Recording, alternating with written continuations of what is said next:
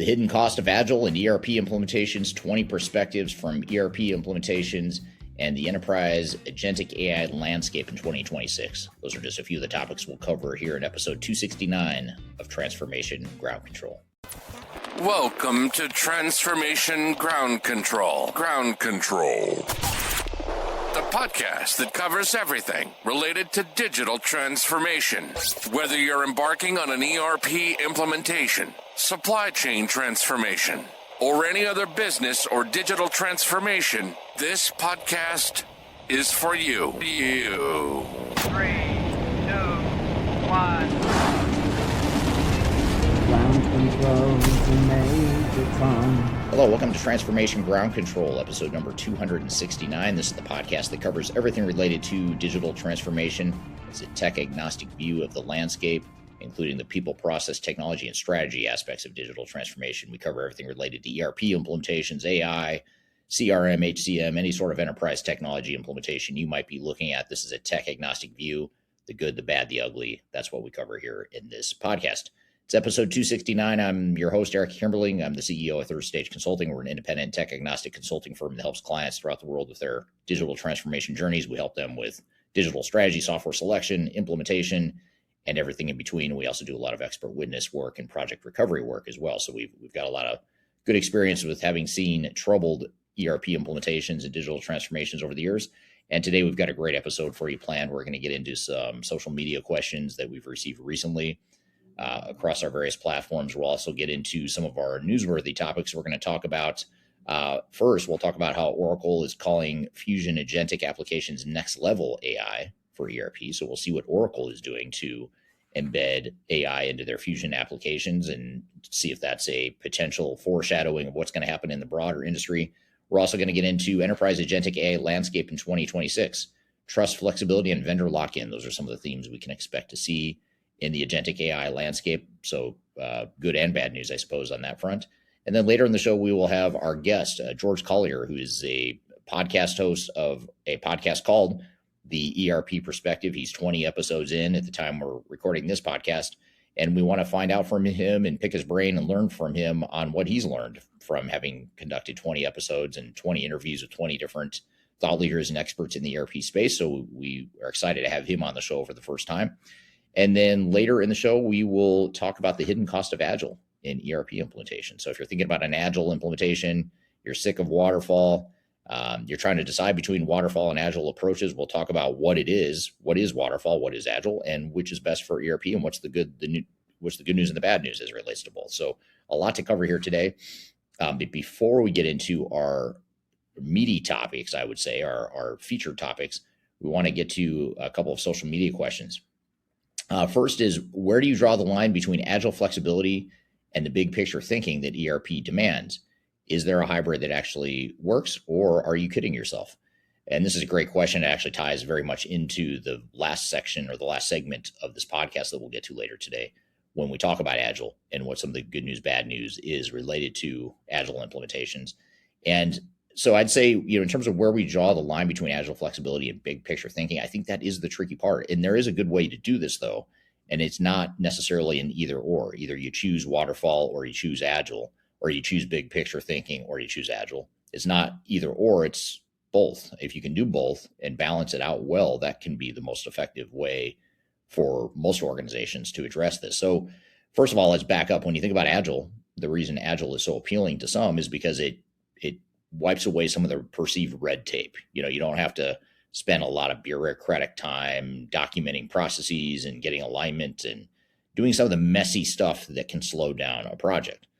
It sounds good in theory, but the problem with ERP projects is twofold. One is that messiness is inherent in any sort of ERP implementation. So in other words, if you're going to implement new ERP technology and you want to do it right, and you want to do it well, you want to avoid failure, you're going to have to work through that messiness. You're going to have to document processes. You're going to have to get alignment on what you want to be when you grow up and what you want your target operating model to be and what you want the organization to look like going forward. You can't just assume that the ERP system is going to solve it for you, or that if you embed or embark on an Agile implementation, that's going to let you bypass the messiness. It might let you bypass the messiness in the short term and get you faster to a technical solution, but inevitably you're just deferring the inevitable, which is you are going to have messiness and you're going to have to work through it. So it's a lot cheaper and faster, oddly enough. It's a lot cheaper and faster to work through that messiness early in the project before you get too far into the technical aspects of it. So that's part one, is that you're inevitably going to have to deal with the messiness anyway. You might as well do it early on before the meter really starts running and the project's really getting expensive during the implementation. The second reason why Agile isn't always as good as it sounds is because ERP implementations, by definition, involve end-to-end business processes. So we have to look at the big picture if we want to implement ERP software effectively. We have to look at our end-to-end process flows. We have to understand how different modules tie together, what the architecture is going to look like, how people's jobs are going to work and flow back and forth up and downstream. And if you don't do that, you're just setting yourself up for failure, not only from a business and process perspective, but even technically. You're going to create a lot of technical issues that are very difficult to overcome if you don't have that big picture view of how different modules will integrate, how your core ERP system will integrate with third-party systems and legacy systems in the interim. All that stuff is stuff you just have to lay it out up front. And I know it sounds good in theory, especially if you're a technologist. You just want to get to building stuff. And if you're a CIO, you want to see the results. You want to see the system in action. That's great, but you don't want to speed things up in the short term only to create exponentially worse problems later that will cost you more time and money if you do it that way. So that's the irony of Agile, is that when you see companies that lean too heavily on Agile, including system integrators and vendors that are advocating for Agile right now, when you see companies do that, what they're coincidentally or ironically doing is they're actually making the projects longer, they're making them more expensive, and they're making them a lot more complex and a lot messier than they would be otherwise if you just dealt with the messiness early in the project. So that you think of it this way, if you just could focus on the phase zero planning of your project, using that time to work through the messiness and get that all cleared up before you start implementing, that's going to save you a ton of time and money later. So great question. Thank you for that. And that's a common philosophical debate that will probably never get resolved, much like politics or religion. I don't know that we'll ever fully agree on whether Agile or waterfall is the best approach, but I'd love to hear your feedback in the comments from the audience here. What are your thoughts on Agile versus waterfall? What has your experience been with both? So another question here on social media is this: if we have more sophisticated technology than ever, why are outcomes getting worse? Is this a people problem, a vendor problem, or something more structural? Great question. And I would say yes, yes, and yes, all the above to what you just said. It's a people problem, it's a vendor problem, and it's more structural. In fact, I just finished my new book recently that's going to be released on May 1st. It's a book called Welcome to the Machine. And in that book, I talk about the systemic structural problems with digital transformations. It talks about 3 different dimensions. It talks about internal politics, the internal organization that's trying to implement technology. It talks about software vendors that are trying to sell the technology, and it talks about the system integrators and consultants that are trying to support the technology.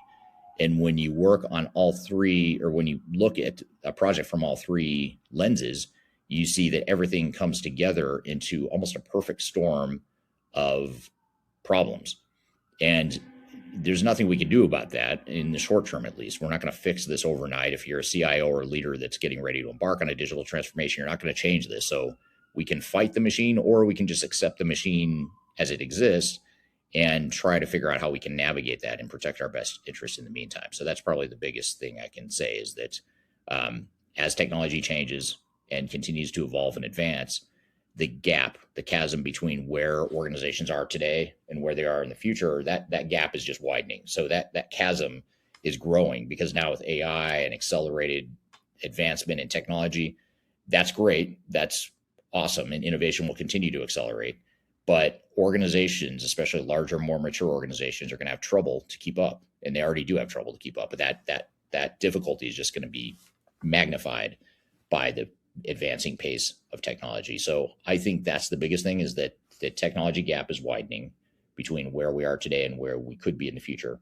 And then also, when you look at all 3 parties, vendor, system integrator, and client, and the way they operate and some of the dysfunctions in the way they operate, it all comes together to create a perfect storm that doesn't bode well for your chances for success. Doesn't mean it's impossible, but you have to know how that machine works and where the risks are, what the problems are that are created by the machine, and you have to be able to overcome that. So check Amazon. You can pre-order the book now, by the way. Just if you go to Amazon, you can order it anywhere in the world. You'll get a discount if you order it early. You can get it electronically or get a physical copy once it's released on May 1st. You'll get a discount, though, if you pre-purchase it before May 1st. Just search Welcome to the Machine or search my name, Eric Kimberly, and you'll find that book as well as 2 other titles that I've written. If you want to read Welcome to the Machine when it comes out, I'm very excited for that book because it exposes a lot of the realities of the 3 different lenses or the 3 different parts or pieces or gears of the machine. And I think it's a really eye-opening view that will help any leader, any consultant or practitioner or vendor that's trying to figure out why do these projects fail. This book will explain it in a way that helps you navigate it. And so I'm excited for you to read that and to get your feedback. So great social media questions. Really appreciate all of you that participate in our community, whether you're listening or watching on YouTube, LinkedIn, Facebook, X, TikTok, wherever you listen to or watch me. I really appreciate the comments and questions we get. We try to pull in as many as we can into this show. So thank you. And if you've got other questions, drop them in the chat here on this podcast episode. I'd love to hear your feedback. So I want to get into some of our newsworthy topics here. The first topic we want to cover is Oracle. And this is kind of interesting. Oracle has been in the news a lot lately. And more recently, they were in the news for laying off 30,000 people and the way they laid off people via, a 6 a.m. email to 30,000 people saying that you've lost your job, they were criticized for the way they handled that or communicated that. But when you start to peel back the onion, you started to see that the reason they did it is because they are trying to free up cash to invest heavily in their AI infrastructure. So Oracle is clearly investing super heavily in AI. I mean, every vendor out there is, but Oracle seems to be one of the more aggressive vendors in their investments in AI. But they announced 22 new Fusion agentic applications, teams of specialized AI agents that coordinate across business functions. And it's not just to handle narrow tasks, it's to really coordinate across different functions. And that's the purpose of these agentic applications that they've rolled out. Some analysts have said that Oracle has moved ahead of SAP and other ERP rivals with this release.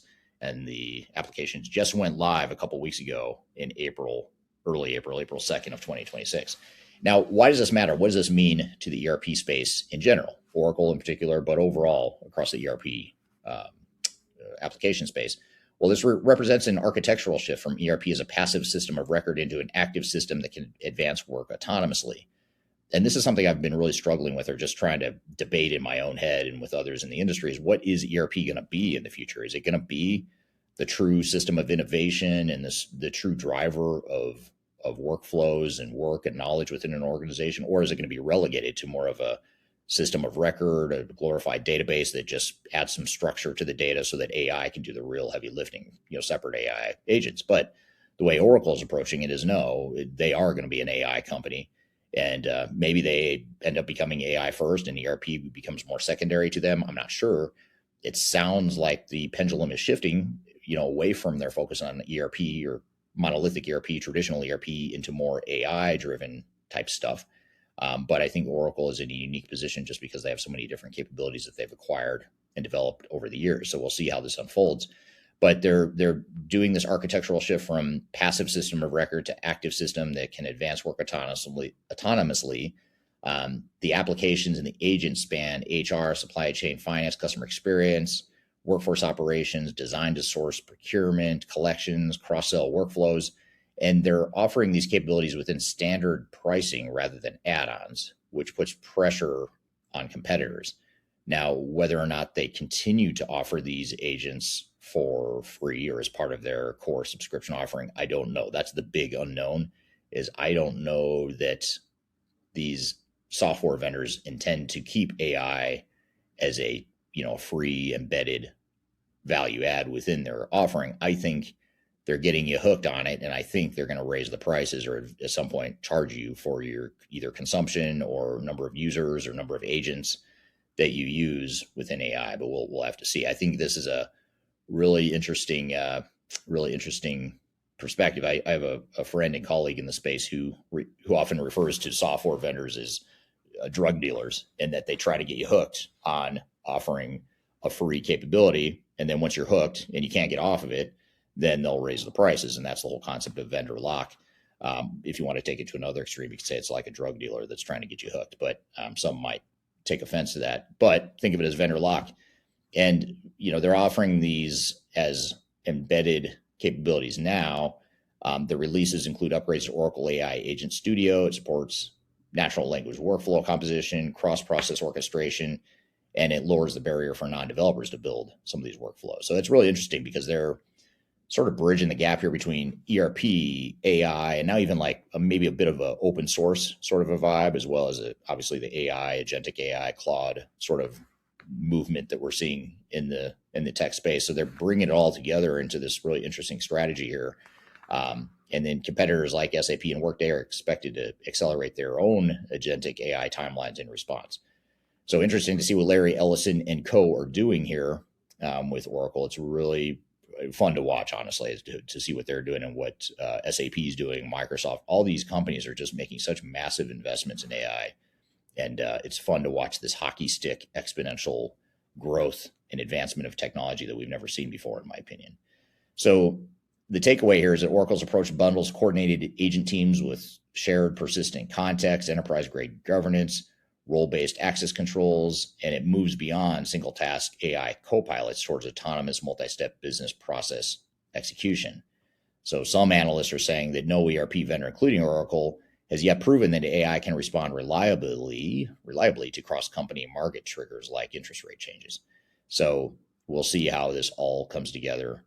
There's a lot to think about here as far as, what teams of agents, what does that mean to a average mid-market organization or an upper mid-market organization? What does that team of agents mean? How does it fit into their overall workflows, their overall organization? How do you manage the change behind that?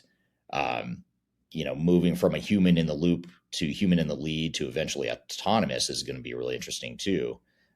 Because, I think people are inevitably going to be threatened by, or at least perceive themselves to be threatened by AI. So I'll be curious to see how people and frontline employees respond to this, because this is pretty cool stuff, but it's also in some ways a bit draconian in that I think the average employee is going to feel threatened by it. And I was actually on an airplane last night flying to where I'm at here today. I'm at a hotel. Obviously, I'm out of town, so not in my usual podcast studio, but when I was sitting next to a guy that is building data centers. He's an engineer, so he's building data centers, and he's on a 4 to 5 year engagement where he's flying to Nebraska, where I am, at Nebraska in mid central America.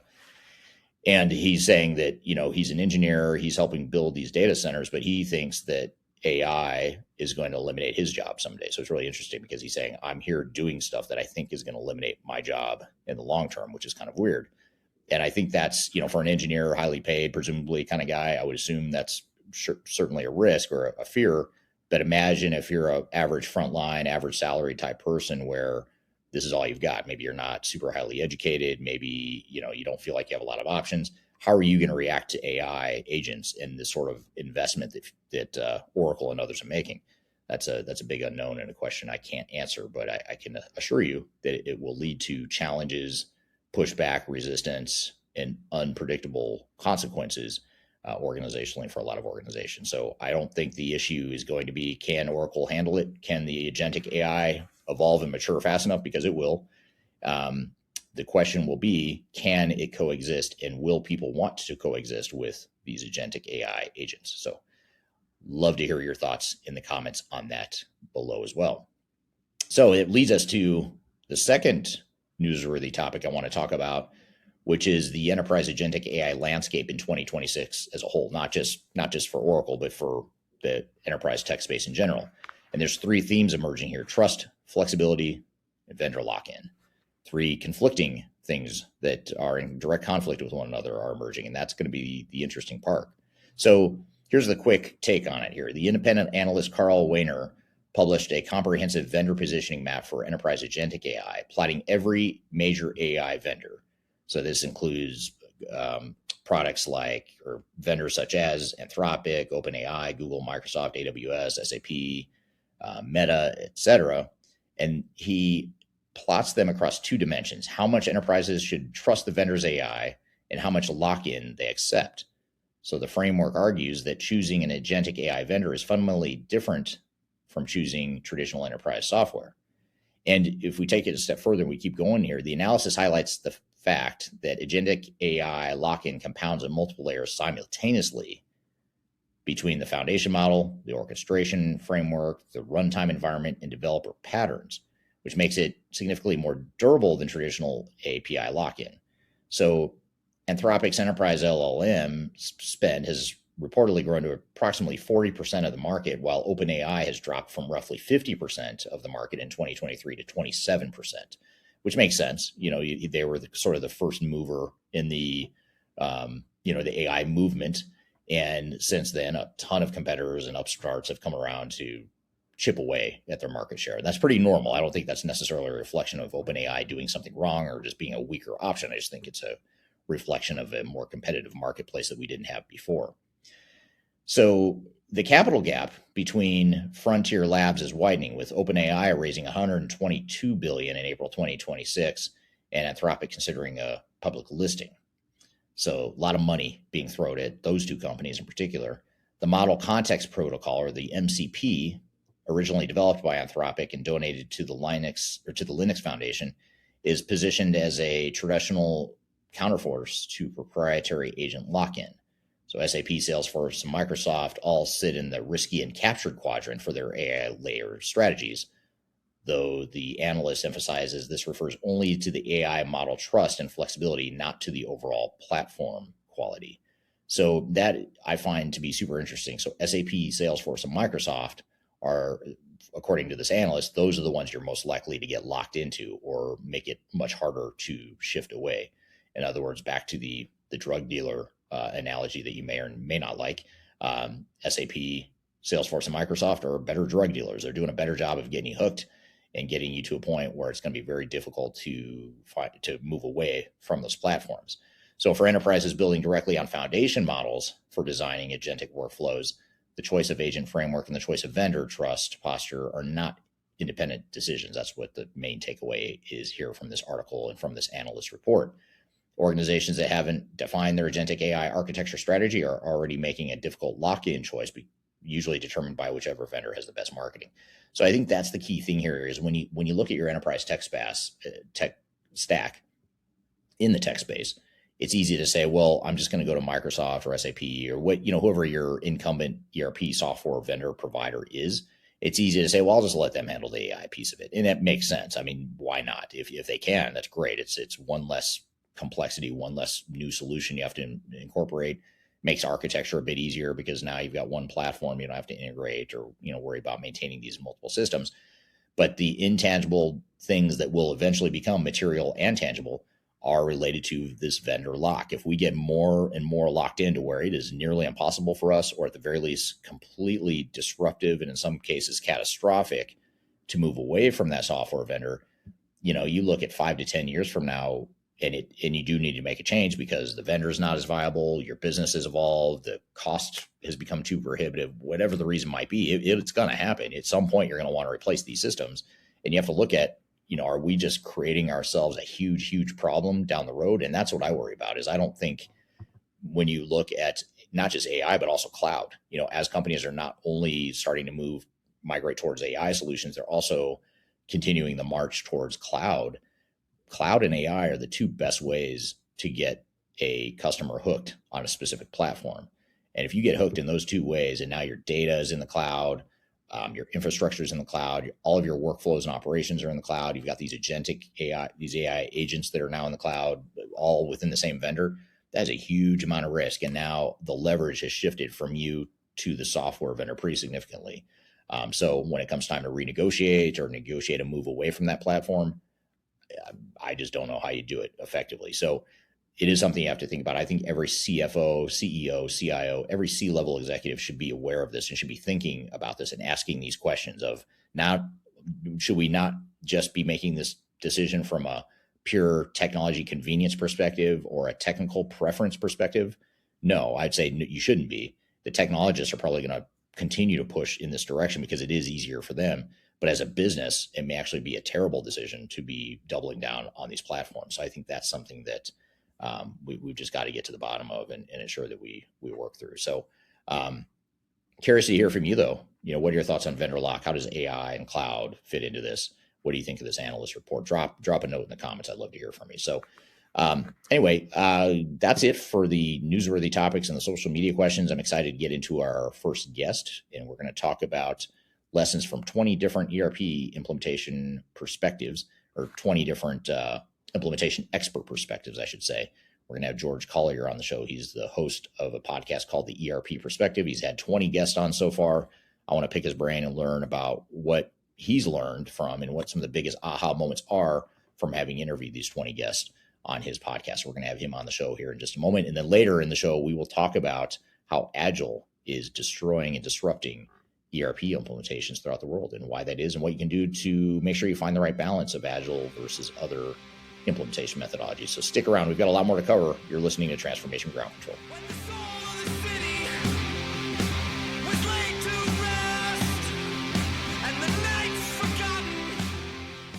If you're about to embark on the jungle of digital transformation, check out my new book, Welcome to the Jungle. It's a book that just came out in late 2025. It's my second book, and it's a book that focuses on digital transformation failure case studies and talks about the lessons and takeaways from that.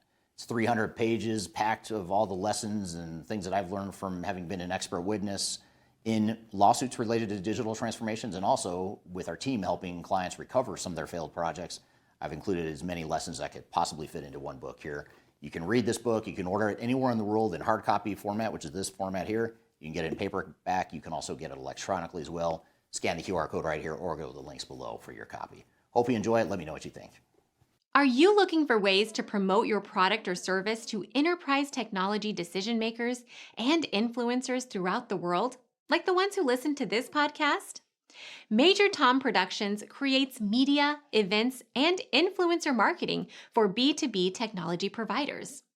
Our productions are exciting, educational, disruptive, and effective. Most importantly, they create results. Our content is unlike any other in this industry, engaging, influential, and trusted by technology buyers and influencers throughout the world. Each month, our productions reach hundreds of thousands of targeted buyers and decision makers who trust and engage with our honest and tech-agnostic content. With long-tail viral results and engagement with our content, Major Tom Productions provides a way to reach your target market and create awareness, calls to action, and a connection with potential customers. So collaborate with us today. Learn how we can feature your product or service on podcasts such as Transformation Ground Control, Journey to S/4HANA, and Journey to Dynamics 365. We can also feature your brand on our YouTube channel called Digital Transformation with Eric Kimberling, which boasts over 100,000 subscribers and over 2 million video views per year. You can also participate in our in-person events, including our Digital Stratosphere Conference. Contact us today to learn more. We can tailor a marketing campaign that works for you. We look forward to helping more people learn more about and become engaged with your brand.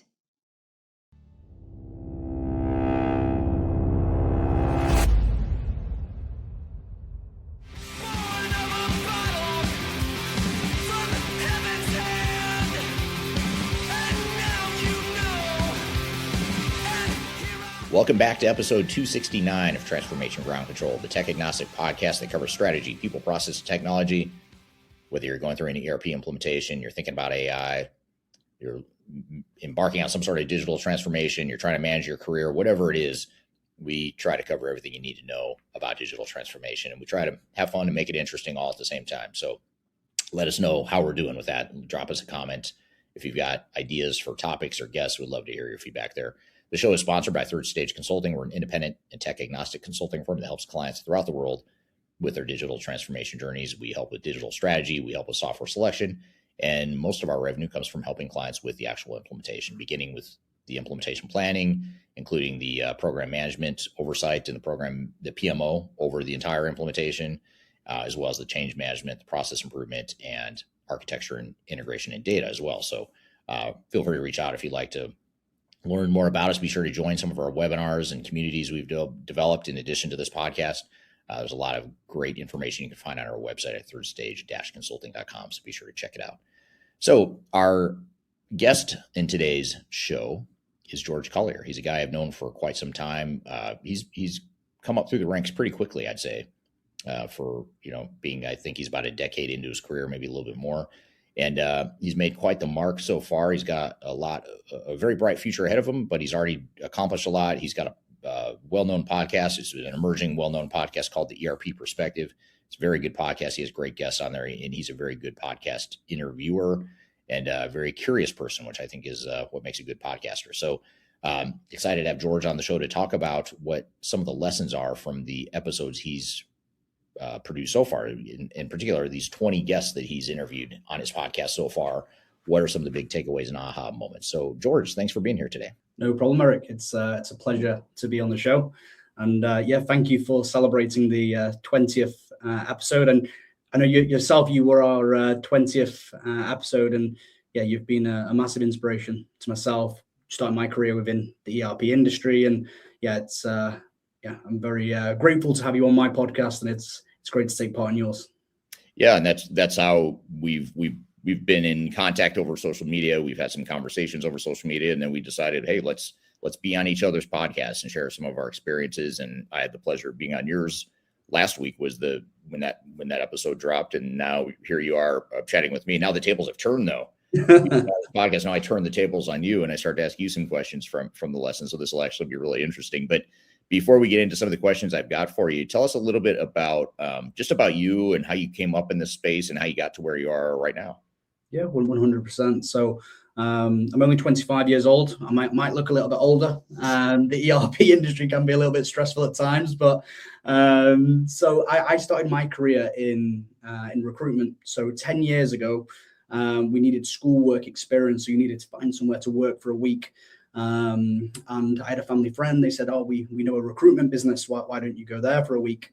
So I went to this business, and they were recruiting across ERP, software development, JavaScript-based roles. And they said to me, George, do you want to go to the coffee shop for us? Do you want to go and buy things for the office, pens and things like this? And I've always been quite outgoing and wanted to get stuck in to things. So I said, can I have a laptop? Can I have a headset? Can I get stuck into what you guys actually do? So they said to me, sure, if that's what you want to do. We were just expecting a week for you to work somewhere, part-time. And so I started cold calling these CTOs, so chief technology officers, different people in different businesses, a very squeaky voice at 15, phoning these different businesses. And I just love the environment. I've always had an interest in how businesses operate, how they're managed, how they run. So at the end of this week, I said to this business, look, I don't want to go back to school. I want to join you and recruit software developers, ERP consultants. I want to join your business. And they said to me, no, it's illegal. Yeah, too young.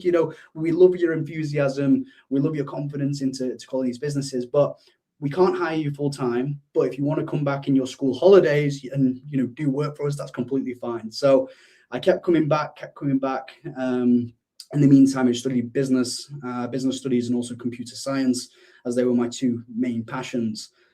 And then at 18, finally knocking on the door again, I said, look, can I join the business now? And they said, yes. I joined that business, and between the ages of 18 and 21, became their top performer on the contract markets in Europe, recruiting software developers, some ERP professionals, but it wasn't that deep into that industry at that point in time. And then at 21, started my own software development consultancy after being successful with that business for a couple of years, which was called Tech Talent One. We mainly operated in Germany and wider Europe.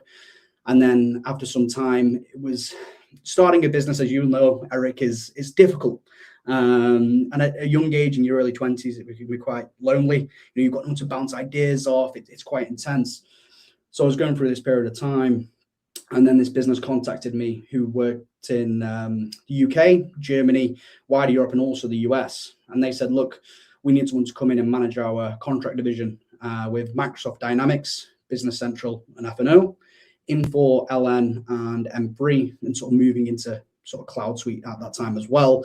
And then also SAP, mainly on the logistics side, but also finance. So EWM modules, SD, sort of F&O as well. We were going into that area, but I joined that business in about 3.5 years ago now, 3 years ago, and we scaled them teams in Europe and also the US.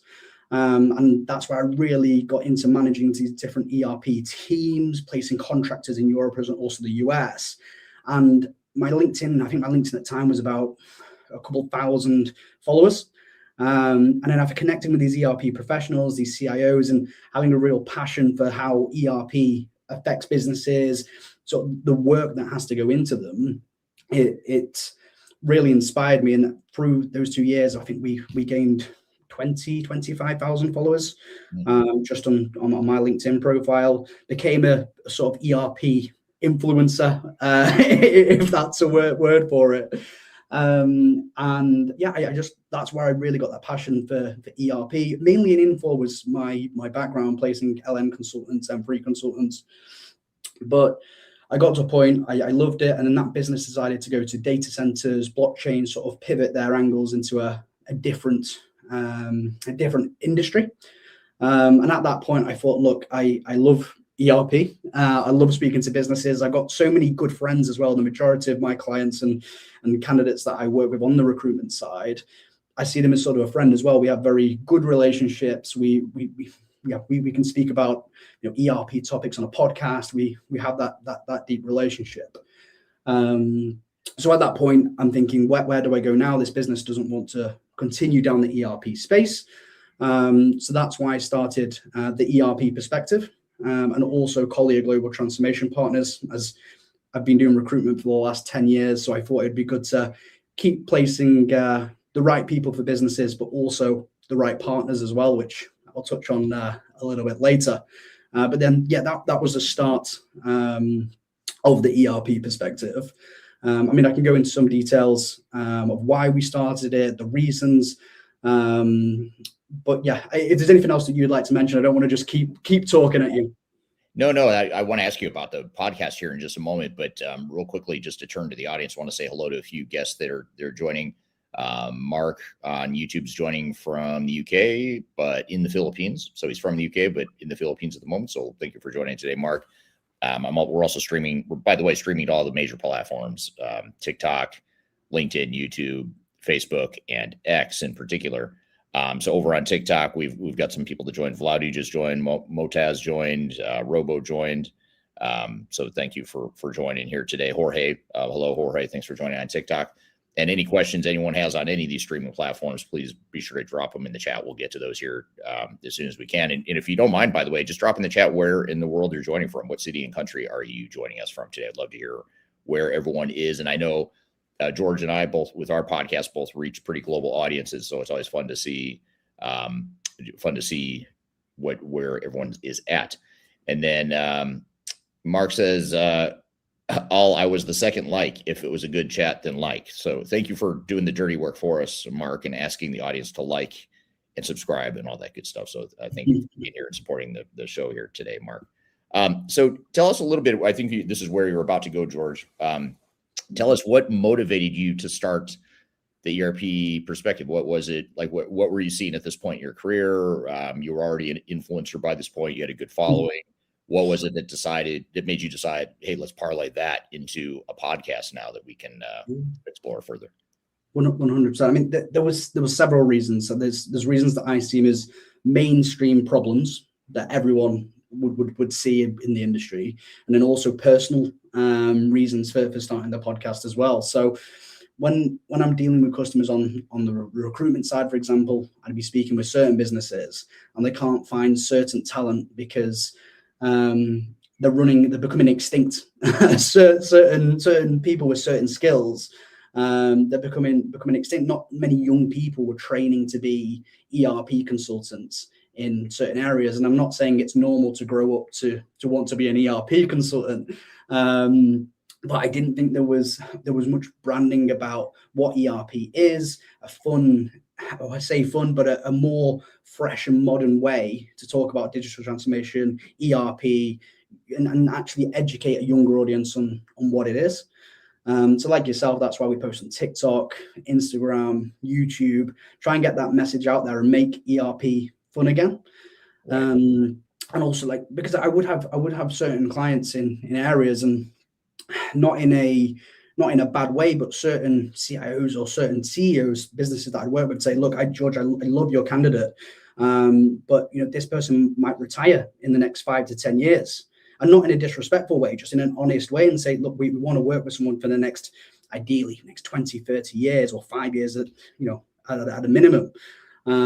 So the one area was the certain experiences becoming extinct, but also a fresh channel that wasn't biased, coming from maybe a vendor, or if you see a podcast which is coming from a vendor or a business with a very biased view, it's hard to get an authentic opinion.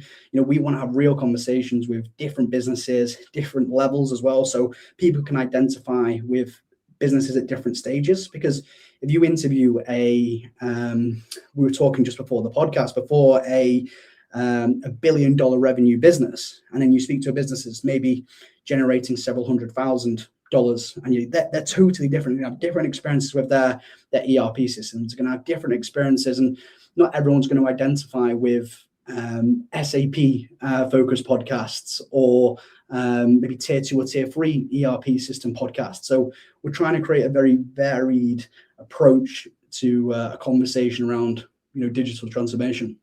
Yeah, something that's broad and agnostic, not just focused on one technology. And I also like your content too, because you're a lot like me in that you're not trying to promote or sugarcoat one type of technology. You cover the ERP perspective. I think that name says it all. It's a broad perspective. It looks at everything related to all sorts of ERP implementations, whether it's Infor or SAP or Microsoft or Oracle or whatever it is.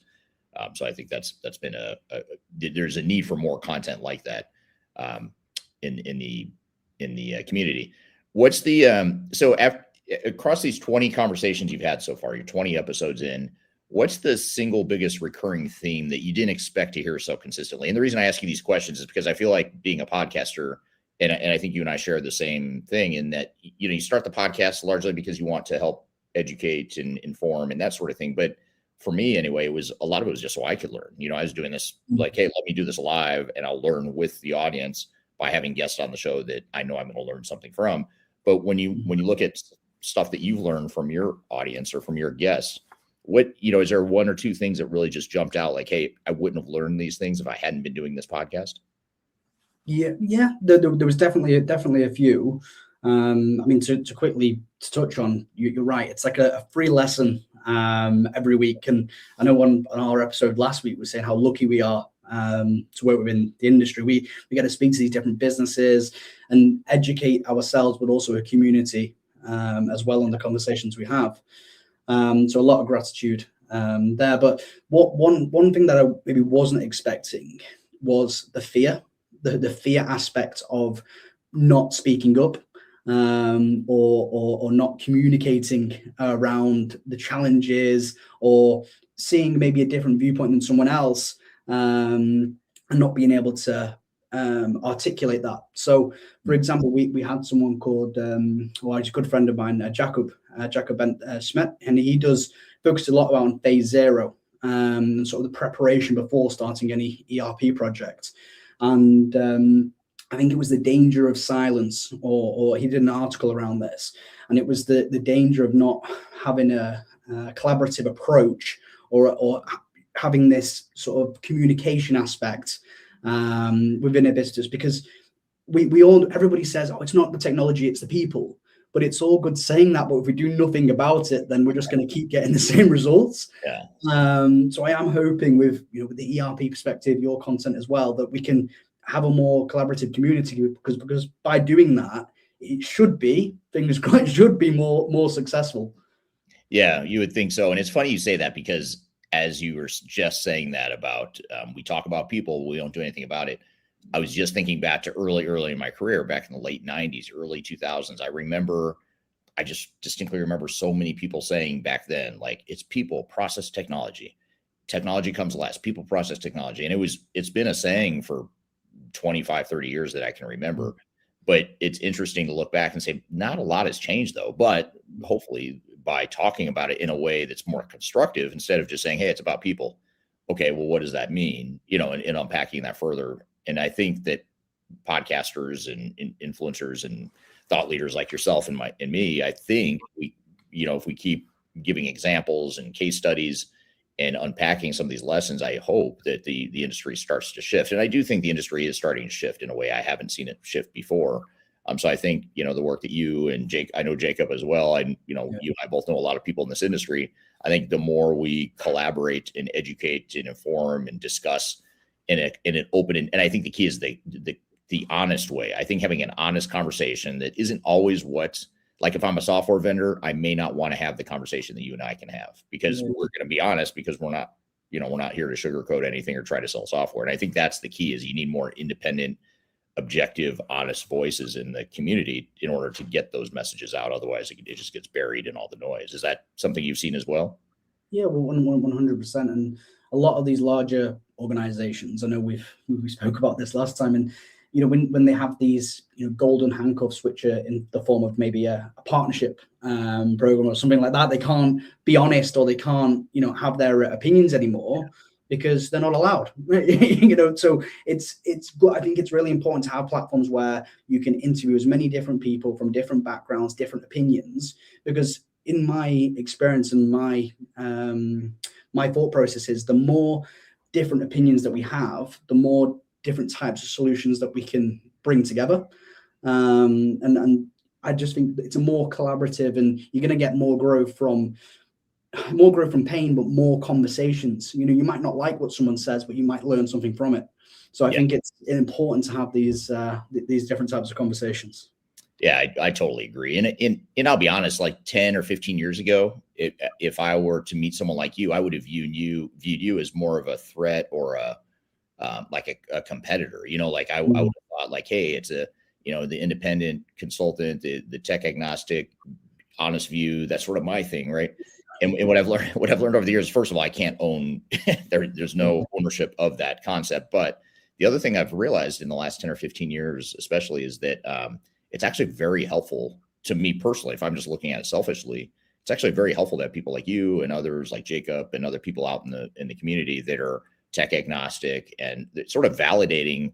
The more people that validate what you and I think, the more it becomes credible. Because sometimes you and I can be perceived as renegade, maverick, crazy people that are just off in left field talking about stuff that the vendors aren't talking about. But the more you hear other people discuss it, you think, oh, wait, maybe there's something to this. And I think the community and the people we're trying to reach ultimately at the end of the day is the end customers, the people that are going to make these projects succeed or fail. So that's something that's been interesting for me personally as well. Seeing people like you is actually super helpful and encouraging to me, because it not only does it validate the way I think, but it just builds more. You have more support in that way. 100%. I 100% agree with you. And even myself, you look at people in the same space, and think, they're a competitor, or not as positive thoughts initially. But just like you said, without competition within a market, there wouldn't be an area of growth. There wouldn't be an area to work within, because it wouldn't be competitive. No one would want to look at that area. And the good thing that I like about the ERP community is everyone, in my experience, might not be everyone's experience. Within mine, it's everybody wants to be collaborative. Everybody wants to get involved. There's not many people that I meet that I wouldn't want to do a podcast with again, or I wouldn't want to collaborate with again. Everyone that I've spoke with, they just want to help each other. And I don't think not every community is like that, but the people that I've met along my journey, they've all been fantastic. They've all had different opinions. They've all given such good value to what we bring to the community. Right. Yeah, I just want to turn over to TikTok here, say hello to Stephanie, who's joining live. Ruru, someone who watches a lot of my stuff, is on the live as well. Thank you for being here. DJ Wang is here. Thanks for joining. A lot of people joining on TikTok as well. So if you have questions over on TikTok, let me know. I'd love to hear from you. And then over on the other platforms, I'm sorry, I have to go to two different devices for this. It's old school manual podcast style here. I already said hello to Mark, so thank you again for being here, Mark. Richard joining from Texas, thanks for being here. Darian's joining on LinkedIn, thank you for being here today. Savan joining on LinkedIn from India, thank you for being here. Someone who I don't see the name, I apologize, on LinkedIn joining from Florida, thank you for being here today. And then here's a comment from Mark on YouTube. Thanks to ERP and SAP, I've worked in 20 physical countries, now country 39. So ERP helps consultants work worldwide, and the more countries that people will get on better, such as Iran. So yeah, this is a good point. And I think you alluded to this a moment ago, George, about how you and I have discussed, or on your podcast when I was on there, we were discussing how lucky we are to do what we do. And this is something else that's taken me a while to appreciate. I think it's more, for me, it's been age and maturity and experience that it's taken me. I think you recognized a lot earlier in your career than I did.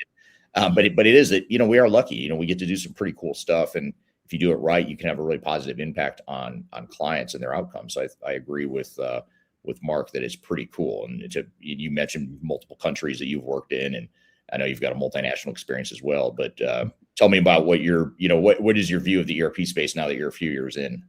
Yeah, it's crazy how global it can be, and how quickly you might need to go and visit a client around the globe. I think it's one of the only, not one of the only, but an industry that in the morning I can be having a call with someone in New Zealand, in Australia, and then in the evening I can be speaking with yourself or other businesses that I work with in the US. So it's one of those industries where it never sleeps. ERP never sleeps. You're going to have these constant multi-sites, different businesses. I mean, the majority of the businesses we interview or we assist on placing consultants with or placing partners with, they have multi-sites across the globe.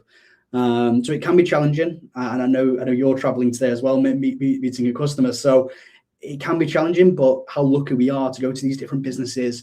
I love it. I love interviewing these different businesses, understanding how they operate and the individual unique challenges that they have, but also the unique feature that makes them so successful.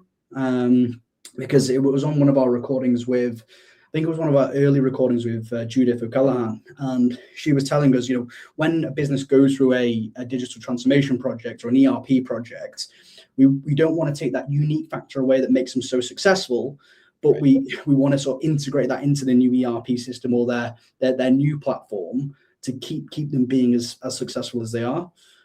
But I know I went on a bit of a tangent there, but I hope that answers your question. No, it does. It's super, super helpful. And there's a couple questions coming in from the audience here too. Here's a question from Tom on LinkedIn, tuning in from sunny Brighton, UK. I'm not sure if you're being facetious when you say it's sunny in the UK or if it really is. Either way, thank you for being here today, Tom. As an Infor ERP vendor, I would love to know what is the most underrated risk in cloud ERP adoption right now. What are your thoughts on that, George? I mean, I work with quite a few Infor vendors, placing a lot of consultants with them.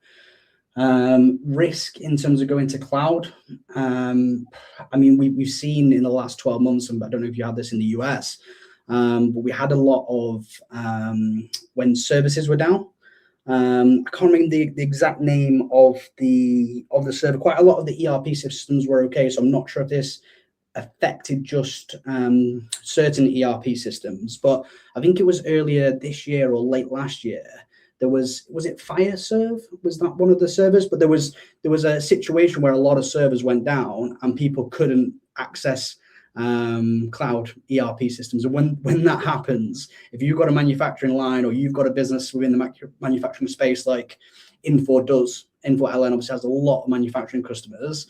If something like that can happen, it can be risky. So if you can have some type of hybrid, and I know obviously there's a lot of security risks when going to cloud, if it's easier to be infiltrated by maybe people that aren't going to be helpful for the business. But if you can have sort of that hybrid model, I think that would be beneficial. I don't know if you've seen something similar yourself, Eric.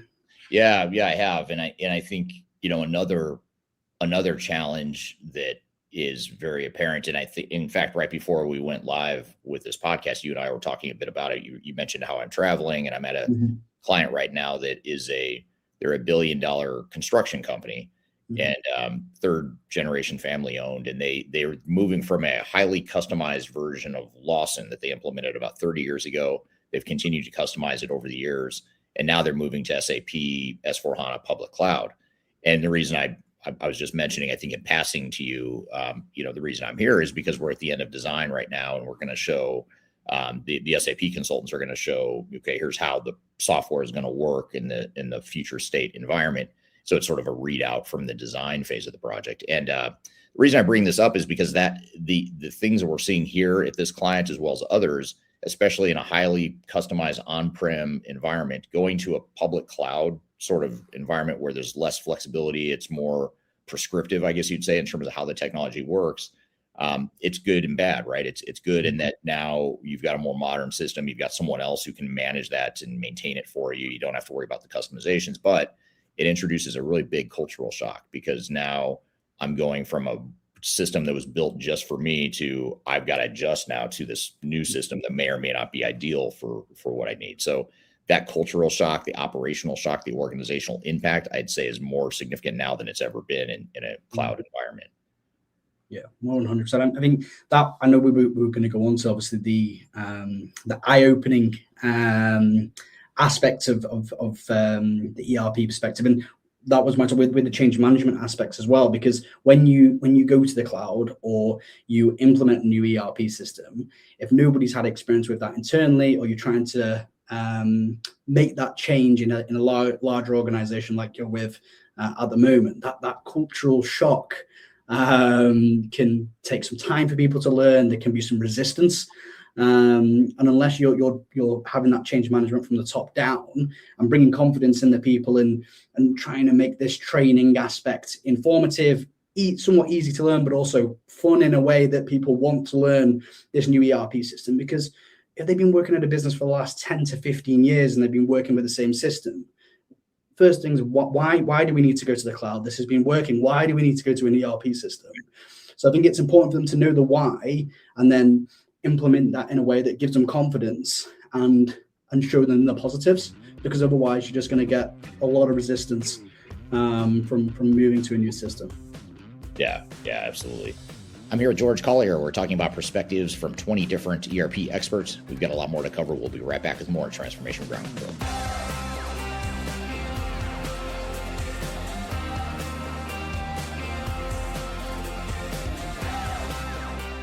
I'm Greg Benton. I'm the Chief Strategy Officer with Third Stage Consulting.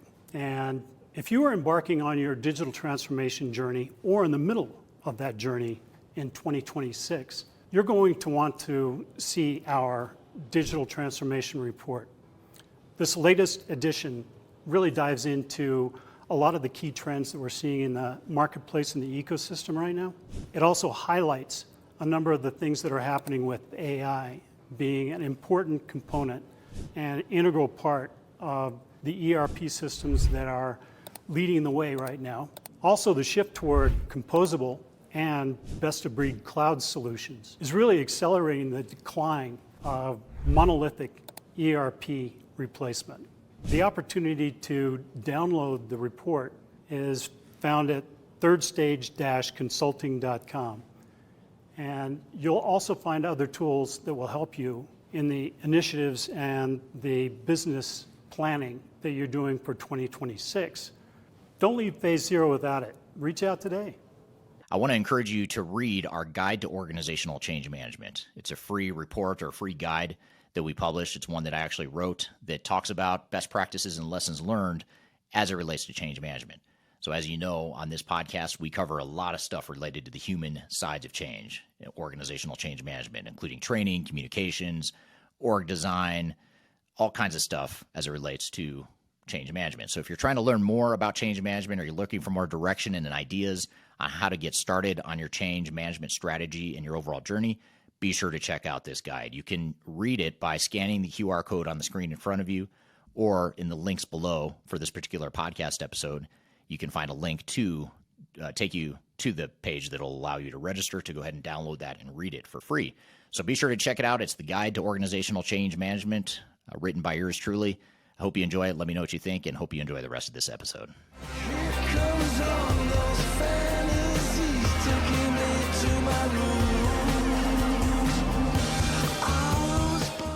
Welcome back to Transformation Ground Control, episode 269. My name is Eric Kimberling. You can find new episodes of the show every Wednesday. Just go to transformationgroundcontrol.com. You can also find past episodes of the show. You can also subscribe on whichever platform you listen or watch. And if you happen to be on a podcast platform, audio or video, we're probably there. You can also search for us there. But if you have trouble finding us, just go to transformationgroundcontrol.com and you'll find every past episode you could dream of finding. So I'm here with George Collier. We're talking about perspectives from 20 different podcast interviews and guests. Let's jump back into the conversation. Here's a question. I'm not going to put it on the screen because it's a longer one, but it's a really good one. This is from, again, I apologize. I don't see the name. It's someone on LinkedIn. So it just says LinkedIn user. I'm not sure why it's not showing the name, but it says, you already mentioned a good point. Many transformation efforts fail for a simple but uncomfortable reason. People are afraid to speak up, and the environment doesn't support true collaboration. Leaders ask for alignment, but teams operate in silos. They expect transparency, but ego and internal politics get in the way. And the biggest issue of all is that the project leadership is held responsible for outcomes without having the authority to drive real change. So what are your thoughts there? This is a really interesting comment. It's not really a question, but I think it's worth noting that let's get back to this concept of communication, transparency, discussion, open discussions. And that's what you and I espouse in our respective businesses and podcasts. But it's something that is not widely recognized, both in the vendor community and even internally within organizations. A lot of clients, they themselves don't want to discuss this stuff. They don't want to discuss the reality of the risks they're facing and the challenges that they're going to experience. Why do you think that is? I mean, what do you have a sense yet from your viewpoint of why that might be? Yeah, I mean, first of all, silos is one of the buzzwords of ERP, unfortunately, but it is true. It is true. People work within their own teams. They don't want to collaborate. And it's sad to see, because I think if there was more of a collaborative aspect, then we would probably have more success. We would identify problems sooner. We would identify where people maybe don't understand the work that they're doing. And I think the reason that we maybe aren't embracing that collaborative approach is, I think the first is fear. I think it's fear of, one, what will my manager think if I don't know the answer? It's fearful of, if we do this, maybe it might uncover something that I've done wrong, or this might uncover how we could be a lot more efficient, and then is my job at risk? And all these different, fear could be under so many different reasons. But I think if you eliminate the fear, eliminate a fear of maybe not being right or not knowing the answer, or the fear of just collaborating and sharing your voice, I think by doing that, we'll have more conversations. You'll be able to speak to leadership. Leadership will be able to communicate with their wider teams better. Then the leadership can then communicate internally as well. And we can be in a position where we're talking around these topics that cause failure.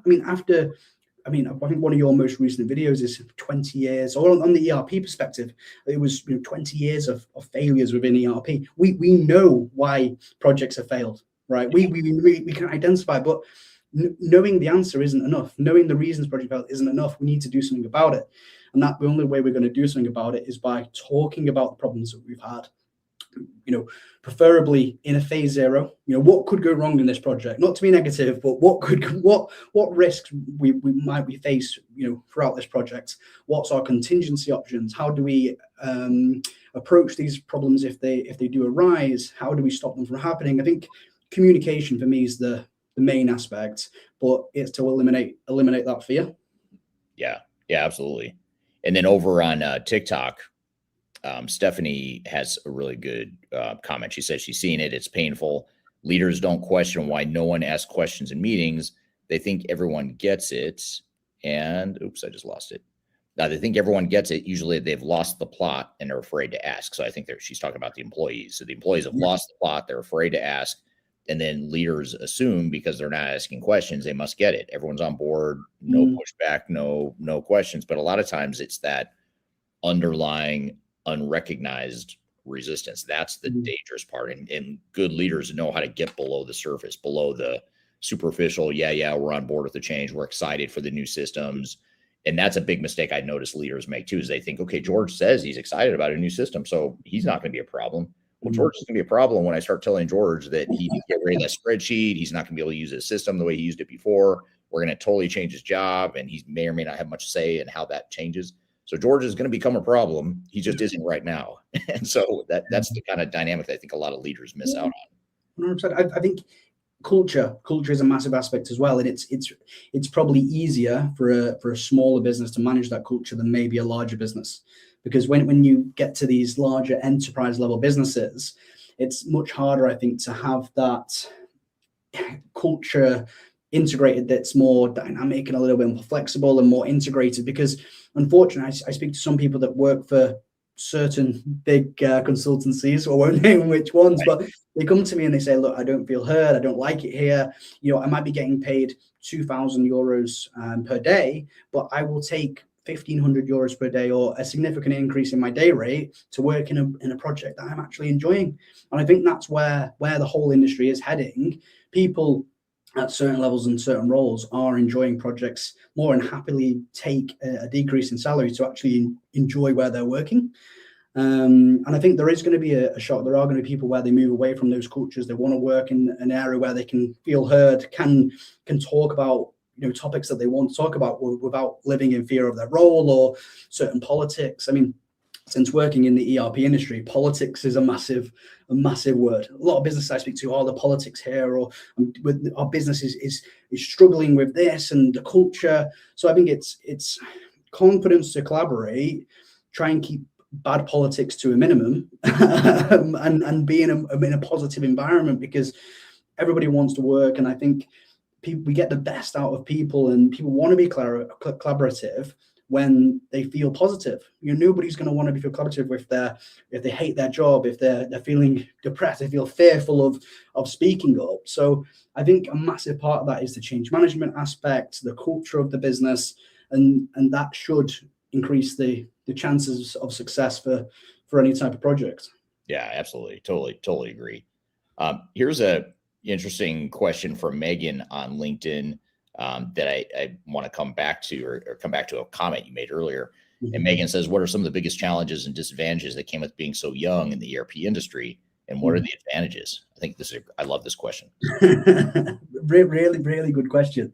The advantages, I would say, the creative aspect. We think of different avenues to collaborate with our customers. We send out these care packages. We just sent care packages out to Switzerland and also the US in Pittsburgh this week. So we're expanding in a way that maybe the I don't want to say older generation, but people who aren't, or being young, I think you're open to more ways of expanding and different areas of being creative. So my partner, Bethany, she's our creative director of the ERP perspective. And she's got a background in arts herself, so she can design all of our merchandise. We've got a whole merchandise line as well. I think quite a lot of podcasts or people in the ERP space wouldn't expect the ERP perspective to have a whole merchandise line of clothing, but also post on TikTok, have these different shorts. We post on Instagram, TikTok, like yourself. I think the advantages are having these different areas of connecting with a younger audience, because we're quite involved in it. I think the disadvantages, I don't have too many disadvantages. I think that's because I've been working in recruitment for the last 10 years. I've built a network and a community which is quite broad, so I know quite a lot of people within the space. I think I would say experiences, not having as much experience as someone that's maybe seen as many implementations or as many ERP projects as yourself.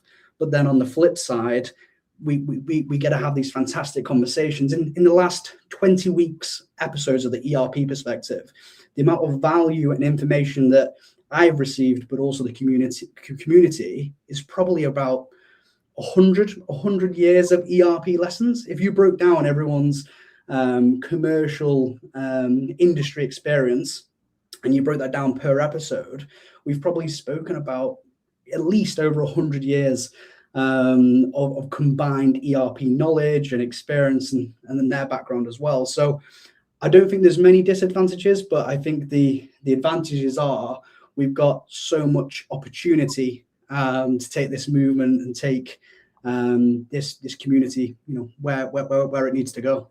Right. No, that's great. That's awesome. And I know when I was, Megan didn't ask it to me. Obviously, she wasn't asking me what it was like being young in the industry because I'm not.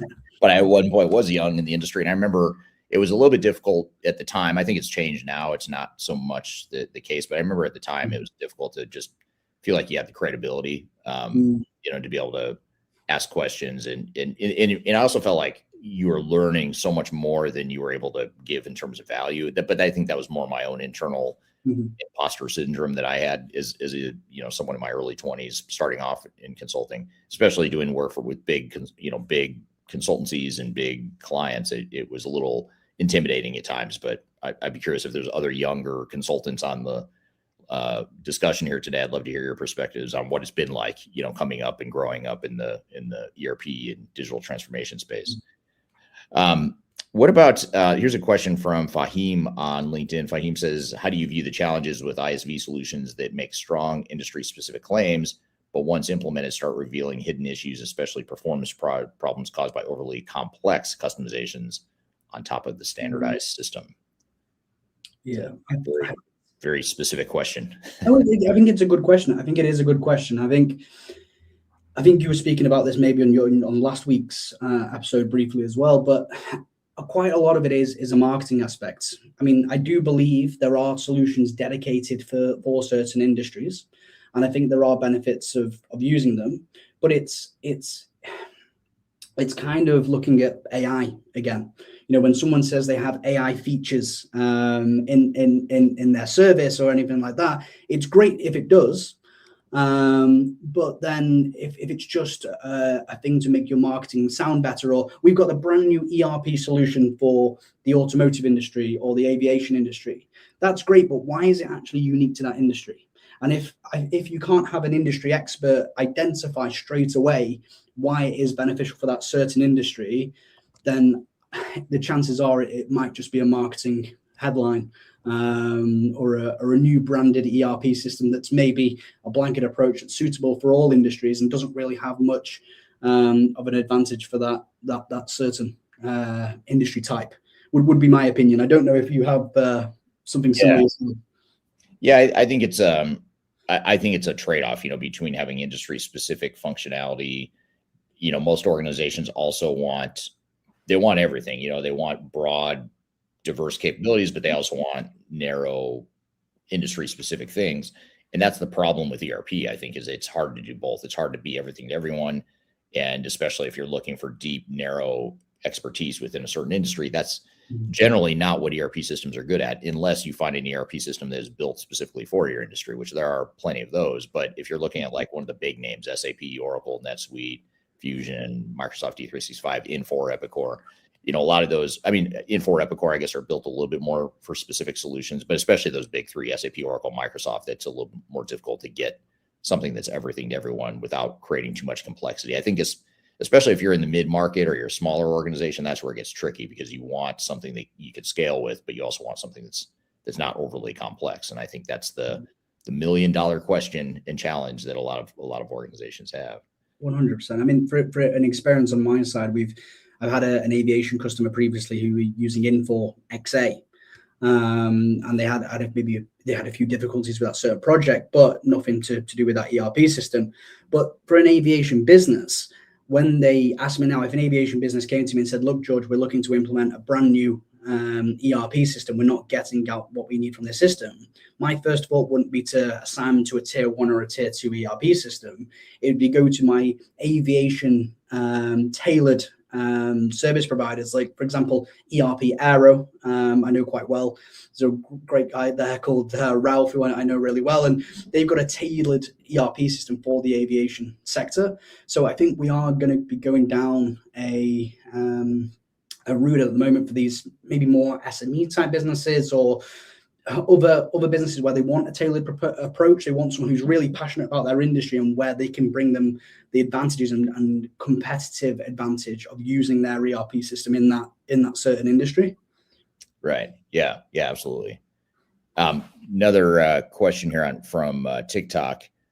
This is from Larry on TikTok. Larry says, "Do I need a specific certification to become an expert in digital transformation?" What are your thoughts there, George?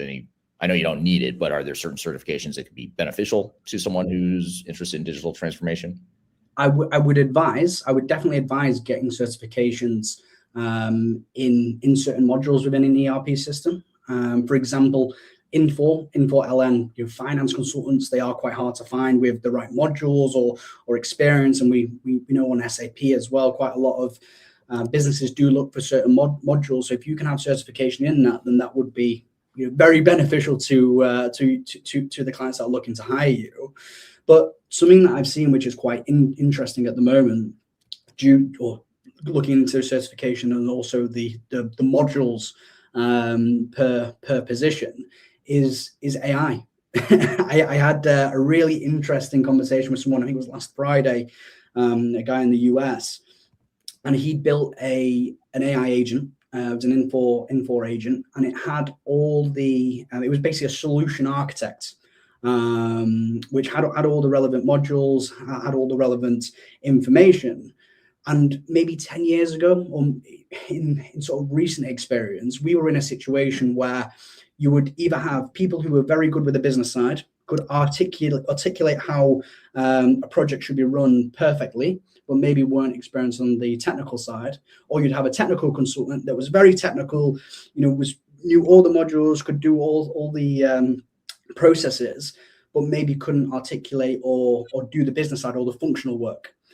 So I think we are moving into an area now where, yes, certifications are important. Yes, it's good to have that technical knowledge, but we have more access to that technical knowledge in such an easy way, where I think we are going to be in a situation where more functional skills are going to become quite sought after. Being able to lead a business with a business understanding and a way to navigate that project, you would be in a situation where you have more access. So I still think certifications are good to have, but yeah, I would also look to have some experience on the business and functional side as well. Yeah, I'm with you on that. I think some of the non-traditional or I don't want to say non-traditional, but the certifications and training that's not necessarily directly related to digital transformations can be very helpful. I mean, you've got the ones that you mentioned, like Infor certification, SAP certification, whatever it may be. But if you're interested in change management, you can get ProSci certification. If you're interested in project management, getting the PMI certification. Another one I'm a big fan of still is the Six Sigma sort of certification, just because that's more operational focus. It's not so much technology, it's more operations, which I think is important. So I think just rounding yourself out, if you're super technical, it might be that you want to broaden and diversify and get ProSci or PMI certification or something like that. If you're already PMI or change management certified, maybe you go get a more technical certification around specific technologies and whatnot. So I think the good news is that I don't think anyone in this industry is ever going to learn it all, which is the beauty of being in this industry. And if you do feel like you've stopped learning, you're probably not doing it right. It would be my advice. And if you feel like you do know it all, I'd love to interview you, and I'm sure Eric would as well. I'm sure Eric would as well. I'd love to meet that person that knows it all. Good stuff. Here's this is kind of funny that I don't know if he means it to be funny, but Mark on YouTube says businesses run on Excel. ERP is a little bonus. Yeah, I don't know. Excel is the number one most used ERP system in the world still, after decades, but should it be? I guess that's the next question. And I suppose that's open to controversy there, or open to debate. So Mark says, yes, key is to be 50-50 with technical and functional and knowing the business. And I think that's a big thing too. And I think you have other guests I've seen on your show talk a lot about that. They talk a lot about not just technology, but they're talking about, the people, the process, the strategy, the alignment, all that other stuff that's really important too. 100%. Yeah. So just coming back to some of the questions I've got that I have for you here. now that I lost the questions, here we go. Bear with me. No problem. I've got them here. If no, here it is. Okay, I panicked for a moment because the whole thing my whole thing went down. I thought, this is not good if my computer crashes right now. That would not be ideal. So is there anyone on the show that you've had that, and I know you've mentioned specific people like Jacob and Judith Callahan and others that you've had, like people that I know as well. But is there anyone or any one or two people on the show that you've had that really just stood out and gave you the most eye-opening perspective? The one where you said, hey, I learned a lot. I know you learn a lot probably from every interview you do, but are there any one or two that were just like, hey, that one just really knocked my socks off and taught me a lot more than I thought? I would say there's probably two areas. The first being the change management aspect. I know we've spoke about that quite a lot, but Arnie Boothman at Oxyg, he's been a really, really informative person to have on the ERP perspective, because he gave me a totally different vision of change management. Before interviewing a change management business or what they actually do in an ERP project, they come in and they do a bit of training, they show how the system works, and that's it. But that's not the case. They come in, they help the business transition to this new ERP system. So the business that you're with at the moment, it's going to be a massive shock for the culture. Going to a brand new SAP system when they've been on Lawson for probably 20 plus years. I'm not sure on the exact amount of time, but it's going to be a massive culture shock. So for a business to come in and navigate that change, I'd say a change management business or people navigating that change have probably one of the biggest roles. Yes, we have the system integrator, but people that come in and navigate that change, train people on a system that's going to be run for the foreseeable future is a keystone of that. And I didn't see it as a massive part of an ERP project, but to train the consultants, train the leadership, to have that transition to be so smooth, it's a massive role. It is a massive role. And something else alongside the change management, because I know we've spoke about that a lot, was ERP, not treating ERP as a one-time event.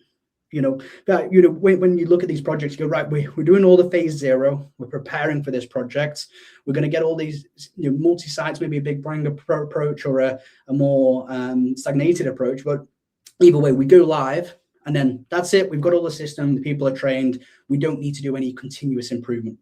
And I think that's where obviously my thinking was wrong until interviewing these people, but having these more in-depth conversations, that continuous improvement is only going to keep your business competitive, but it's going to keep your systems, your processes up to date. You're not going to fall into these bad traps of having these processes that are just damaging the business and then bake them into how your business operates. I think it's so important for businesses to have that continuous improvement, but also constant training again. I don't think we should just be having change management come into a business in preparation for a new ERP system. I think it should be maybe a quarterly event or a monthly event, depending on the size of the business, but keeping consultants up to date, keeping them trained on the latest processes, how to really work this ERP system and getting the most out of it. Another conversation I've had is, how much are we actually getting out of the ERP system we're paying for? All the functionalities, is the business really utilizing what they've paid for? I think it might have been Opkey quite recently. They had the stats of what a business actually gets out of the ERP system that they use, and it was quite shocking. It was quite shocking at the least to actually understand how much a business is paying for this new system and all the benefits that they could be utilizing. So, I mean, that's only a couple of events. I mean, over these 20 episodes, I'd say at least one thing in every episode was sort of I didn't think of that perspective, or I didn't think of that approach. So yeah, it's hard to point down only a couple, but they were the ones that first came to mind. Yeah, that's super interesting. What do you see, if you had to put your crystal ball in front of you here, what do you see changing in the ERP space, if you have to look out 3 or 5 years from now? A lot of change. I don't think it's going to be as quick as people expect. I know when we spoke, technology graph, it's like a hockey stick, with the implementation of AI and all these new systems. And yes, we are seeing a lot of change. and we are seeing a lot of things, processes change. The implementation of AI agents, the co-pilot, things integrated into an ERP systems, yes, are coming fast, but like the analogy of, I don't know, maybe 50 years ago, 50 years ago, everybody thought, everybody have a flying car by 2025, right? And yeah, there are flying cars with the prototypes, and it would never happen. But I think we are going to have AI agents. I think, yes, they are being implemented into teams at the moment. I think when people, or one of the questions I know was, would I disagree with anything anybody said? And when people say, ERP is dead, the whole white collar industry is going to be taken over by AI robots, and you need to be really fearful if you're in the ERP space, because AI is going to take your job, right? And I think that's not true. I think, yes, as I mentioned, the AI agents are going to come into play. We are going to have more efficient businesses. We're going to have more efficient teams. There's going to be new ways of implementing ERP systems, keeping them up to date. There's going to be a massive change in how businesses operate, but I think it's not going to be, I think the software we're going to receive is going to be quick and new to learn, but I don't think it's going to be at a speed that anybody needs to be fearful of. It's going to be in a way which we should be more optimistic about, having a look at these new technologies, new systems that we can learn, make our roles more efficient, and how we can expand our learning and skill sets. So yeah, I think there will be change. I don't think it'll be as quick as we think, but I think it should be a positive for the community, not something we should be fearful of. Yeah, exactly. And you could argue that it is the most exciting time to be in the digital transformation and consulting space right now. 100%. 100. I think there's so much good and different things coming into the space and making these businesses more efficient. And I think it's an exciting time. I think the best consultants and those that are most passionate about the industry will be able to excel, create new products. I mean, every week, and not just on the podcast, but I have conversations with a lot of people in the space, and they're showing me new things. They're showing me, what they've built, personally, what they're trying to bring to the industry. And I love it. I love seeing these new ideas. I love seeing these new perspectives. And like you said, it's a great time. I think it's a great time of innovation, a great time to see what's coming to the community. Yeah, absolutely. So what's next for the ERP perspective community? Speaking of that community, what topics are you most excited to tackle? What do you have planned for the next 20 episodes? I know you probably don't have them all planned yet, but what do you want to do in this next round of the next 20? What do you want to tackle? What are you excited to do? Yeah, it's funny you say that. I mean, we've probably got I've got my calendar behind. We've got about the next 8 episodes planned. And we're interviewing a lot of interesting businesses. So a lot of them are integrated with AI, what they're bringing to the community, how they're implementing that. But also some approaches from some vendors, from some change management businesses, but from some people who we can really get the community's questions and ask these vendors, interview them about what they're bringing to the community and how they're changing. And I think what else for the ERP perspective is, I mean, with, like I said, Bethany, my partner, her fantastic work on our YouTube channel. I mean, on YouTube, we're trying to get to 100,000 subscribers. I think we're about 70 something thousand at the moment. So try and get to that 100,000 milestone this year. Expand our podcast and do some in-person interviews as well. We really want to go to these businesses in person, have these in-depth discussions, but also expand our partner program. So we're trying to build a partner program where people can watch our videos and maybe identify with what a change management business is saying, or what a dedicated system integrator is talking about, or a new product for that industry, as it was mentioned earlier. A new product related to an ERP system that's dedicated for that industry, but it actually backs it up. It's not just a marketing tool and says, oh yes, we're tailored for this aviation space, or we're tailored for this automotive space. But an interview, hosted by me to back that up, you've got a full article around that business. And then if you want to approach that business, you can approach the guest on our show from our website, on LinkedIn. And if we can create a more collaborative community page where everybody who's on our website has been interviewed, and let's say a business is looking for a new change management business or a system integrator, or any business within the ERP space, they'll have a minimum selection of 3 to 4 different businesses. They can watch a one-on-one interview with them. They can see what the community is talking about them, and then they've got access. Instead of being fearful, I mean, another example is businesses now are unfortunately very fearful of picking a system integrator.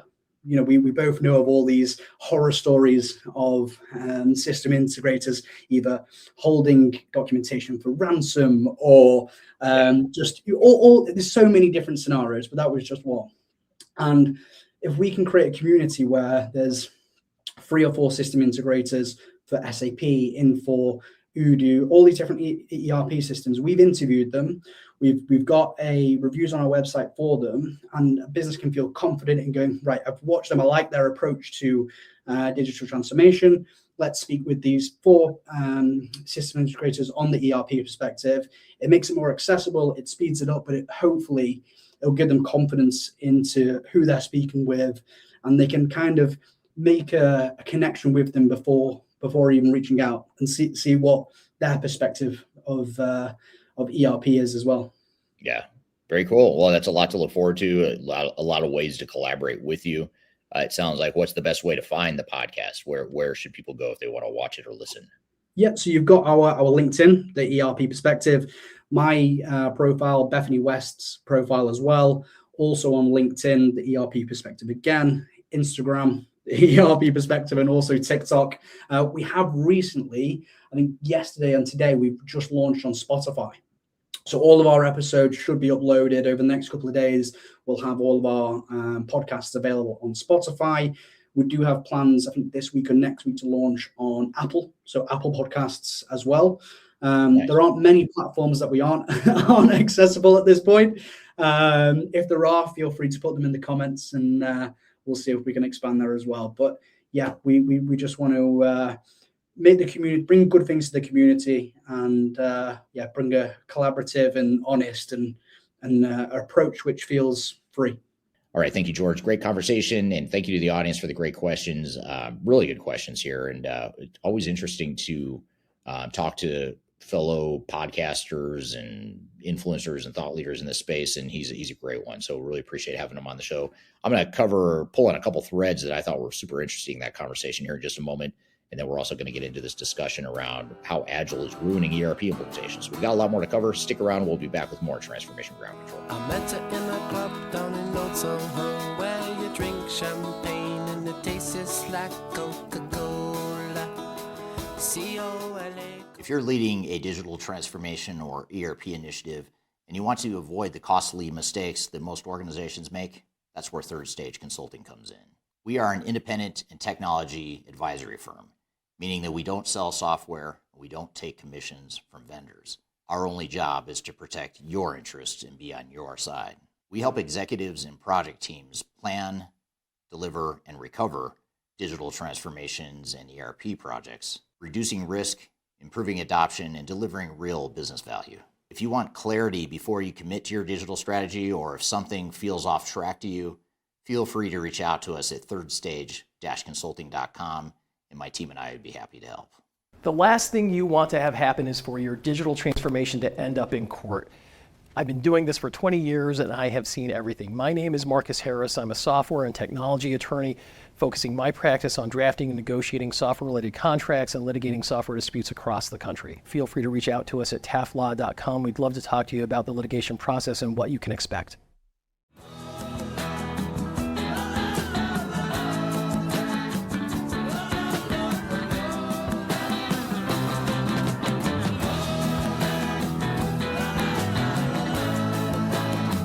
Welcome back to Transformation Ground Control, episode 269. This is the podcast that's tech agnostic, covers everything related to people, process, technology, and strategy.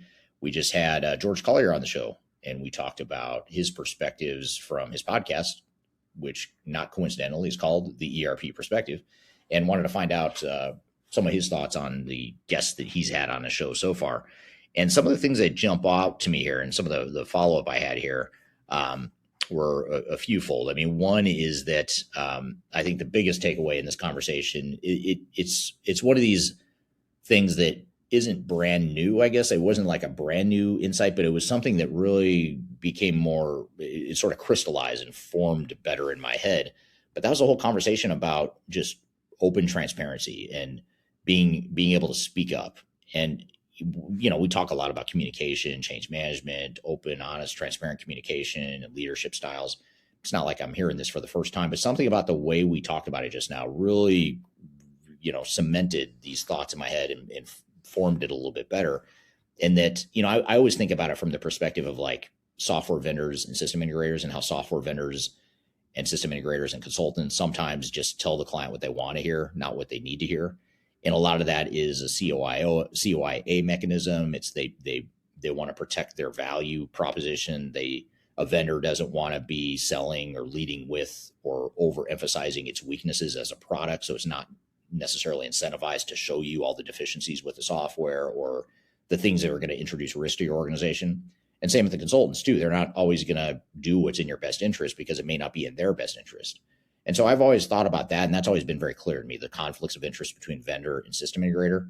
But what I loved about the conversation with George is we started to get into the third piece of the machine of tech in general, and that is the customer themselves. What are they doing to contribute to these challenges unknowingly, of course? I mean, most clients aren't setting out to try and fail or lead a troubled transformation effort, but they end up contributing unintentionally to their own problems. And I think what George highlighted and what the guest or what the audience highlighted in some of their questions was that people are afraid to speak up. And a lot of times it's not even just fear, it's a lack of knowledge. Like I don't even know enough about this project to be able to ask an educated or informed decision, or I don't want to look stupid in front of my peers or my supervisor, so I'm not going to ask the question. And then leaders on the flip side, they look at that as compliance. They think, okay, well, Eric's not asking questions, so he must be good to go. He's not telling us he's got any problems. He's not asking questions, so he must be fully on board. He fully gets it, and great. Eric is not going to be a problem. But actually, Eric's probably the biggest problem you have because he's not speaking up. And so under the surface, Eric's concerned. He's afraid. He's uncertain. There's doubt as to what his future is going to be. What's his value proposition to the organization going forward. So Eric is absolutely a problem. And what are we going to do about it? And so most leaders, though, will mistake that for compliance or alignment or whatever you want to call it. And it's interesting how so many organizations are dysfunctional in that way. They don't encourage or they don't create an environment where people can speak up and feel confident about it. So interesting stuff there. I'd love to hear, though, audience comments or questions or any additional thoughts on that. If you've had examples of where you've run into that in your organization, I'd love to hear from you on that. But really good conversation, and be sure to check out his podcast. He has interesting guests. Sometimes he has, we tend to cross pollinate. There seems to be some of the same guests on both of our podcasts, but he's a different person, different generation, different perspective, and so it's always good to get those different perspectives. So be sure to check out his podcast if you haven't already. So good stuff there. But what we're going to do now is we're going to play you a YouTube clip. And it's a clip where I did a video recently. It's actually a series of videos. It's probably the third or maybe the fourth installment of over the last 7 or 8 years that I've been doing my YouTube channel. And in this video, I talk about how Agile methodologies are fundamentally incompatible with the way the big ERP implementations need to work. And the opening question in this podcast episode was a question about Agile. So this sort of brings it full circle here today, where we talk about how the integrated end-to-end unified big picture nature of ERP is in direct conflict with the incremental MVP, move fast, just test it, get feedback and adjust sort of mentality that Agile brings to the table. The good news is they can both coexist. You just have to know how to put those two things together. If you do things too far to one extreme or the other, chances are pretty high you're going to fail or have a lot of trouble that you don't need to have. So let's roll this video clip and we'll come back and cover some takeaways and thoughts around it. Agile is one of the biggest movements in the tech space over the last few years. A lot of organizations are deploying it and using it as a way to presumably make their transformations more effective, more successful, and ultimately deliver more value. But ultimately what's happening is Agile is actually destroying digital transformations and ERP implementations, making things worse. And this is actually a follow-up video to a video I did in 2024, which was the #2 most watched video that I published in 2024. So what I want to do today is follow up on that video. And by the way, if you want to watch that original video, you can find it right here.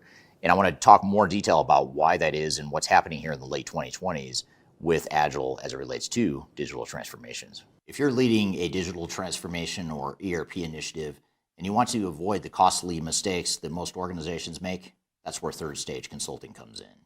We are an independent and technology advisory firm, meaning that we don't sell software, we don't take commissions from vendors. Our only job is to protect your interests and be on your side. We help executives and project teams plan, deliver, and recover digital transformations and ERP projects, reducing risk, improving adoption, and delivering real business value. If you want clarity before you commit to your digital strategy, or if something feels off track to you, feel free to reach out to us at thirdstage-consulting.com, and my team and I would be happy to help.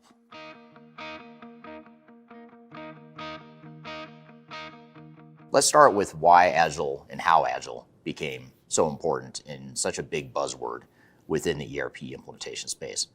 Well, first of all, if you look back at history, we had decades of track record of failed implementations.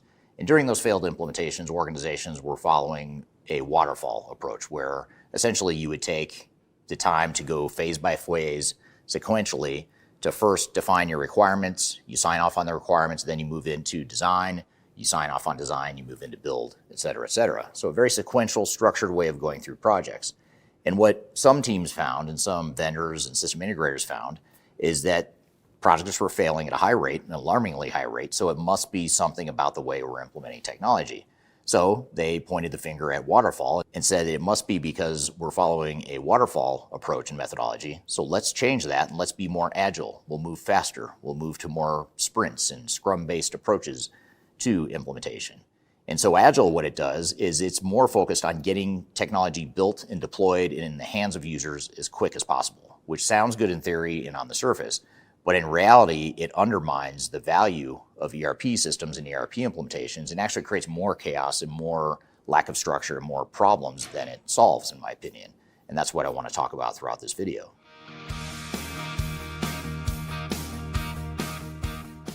Now, why do I think Agile is making things worse in the digital transformation and ERP space?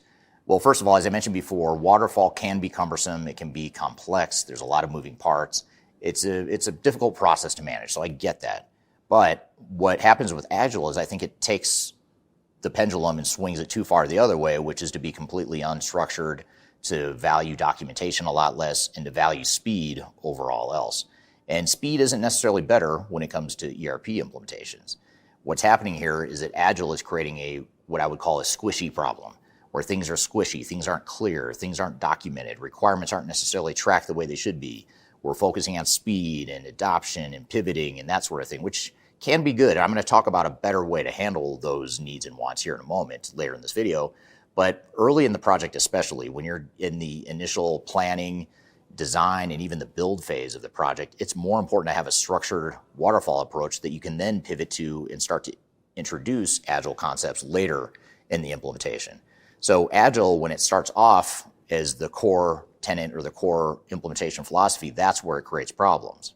And the reason for this is because now you've given cover to your project team, to your vendors, your system integrators to not document things, to not necessarily have a ton of structure behind how or why they're deploying things the way they are. And it also gives people a sort of a minimum viability mindset where you don't need to focus on creating things the way they should be. You can focus on just getting something out there, hope for the best. If it doesn't go well, you can always change and pivot later.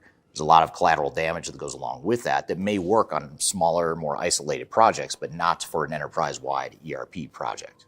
And then the other part of this that's a problem is that ERP systems were built to be end-to-end processes, whereas Agile is focused on getting little pieces of technology out as fast as possible. So if you were to deploy a new supply chain management solution and you were able to get that out as fast as possible, and you haven't addressed the finance side of things yet, the system's going to break. It's not going to work the way it should because you haven't integrated and proven how these different pieces are going to fit together. So that's an example of how Agile deployments can actually undermine ERP implementations. The other aspect that is difficult with Agile implementations is that it actually undermines standardization. And most organizations we work with are mid-market to upper mid-market and even some smaller, larger enterprises that are trying to standardize disparate operations. They've grown through acquisition, they've had decentralized operations, and they're trying to move to some degree the needle toward some level of standardization, which is great. That's what ERP systems are good at. But when you take an agile approach, you're actually reinforcing the decentralization, the disparate operations, the piecemeal approach to an overall project, which is the exact opposite of what many of them are trying to accomplish. So if you want standardization or you're trying to drive some level of commonality and standardization in your project, Agile is actually going to potentially make that worse, especially if you're focused on Agile from day one. And then finally, Agile also undermines change management efforts because Agile isn't necessarily going to drive changes from the top down in a way that the executive leadership team may want the organization to move. Agile is more likely to pave the cow paths and deliver solutions that work the same way employees have worked in the past, and it's not necessarily going to drive the standardization or the process improvements that are required in a broader ERP implementation. So these are some of the reasons why Agile undermines ERP implementations. Now, I'm going to talk later in this video about a hybrid approach that I'd recommend that actually works better than a pure Agile approach. But first, in the next segment, I want to get to what some of the results show as it relates to Agile, including some case studies of organizations that have tried but failed to use Agile in their ERP implementation.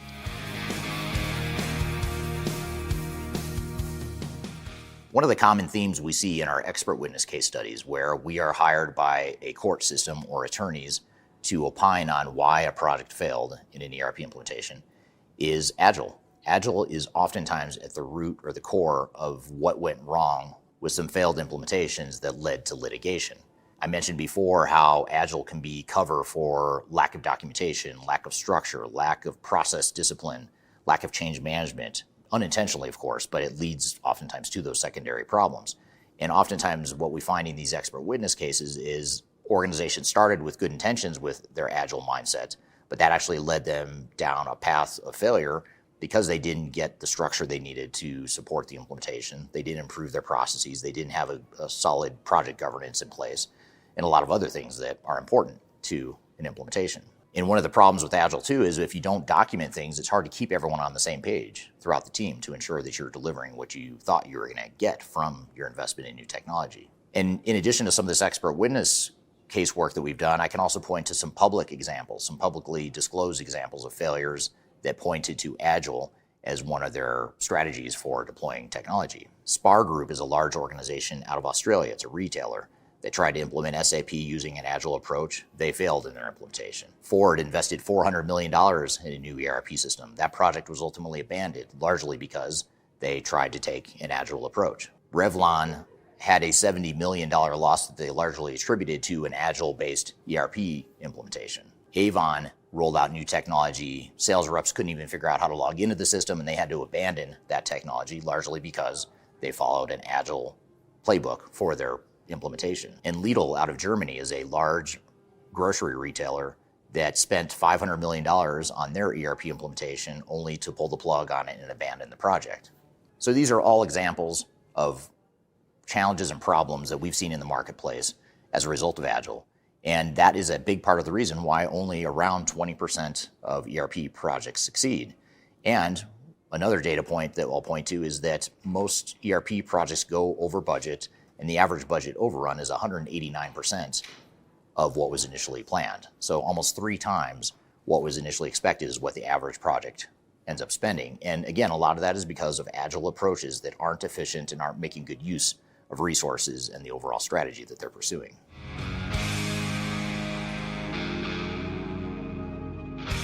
So should we just abandon Agile altogether?